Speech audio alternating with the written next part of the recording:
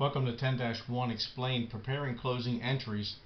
But before doing that, we need to know what accounts get closed and into what account they get closed into and what order we do them in. If you're reading the question here, it's asking you to close a revenue account and 3 expense accounts. It's not even getting into the income summary or the withdrawals. So going by the yellow here, we can take a look real quick and we can say the revenue account gets closed into the income summary, the expense accounts get closed into the income summary, and that's as far as we're going to go with this first question.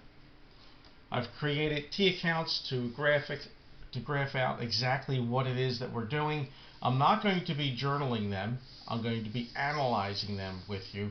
You can do the journaling yourself, and that should be enough explanation. So the very first account that gets closed is going to be the revenue account. The revenue account has a balance of $6,000. So the closing entry, in order to make the debits equal the credits, is going to be a debit of $6,000. So there's the closing.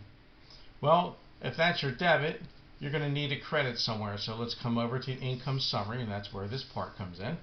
And we put $6,000. So that is your very first transaction.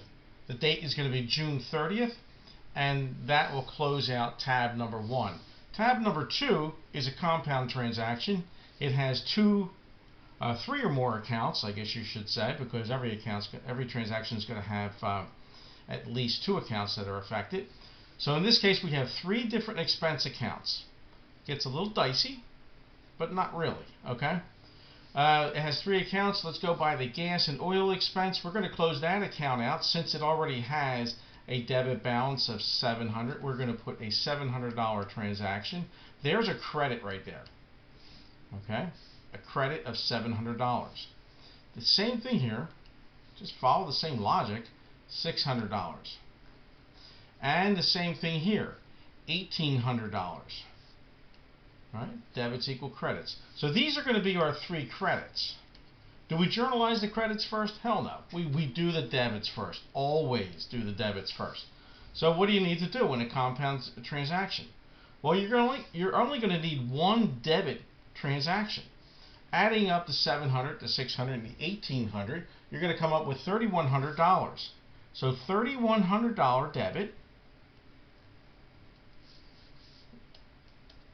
to balance out these 3 credit transactions.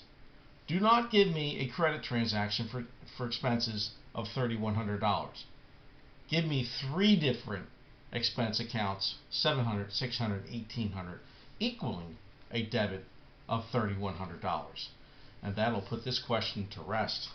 So that is 10-1 Preparing Closing Entries explained in less than 3.5 minutes.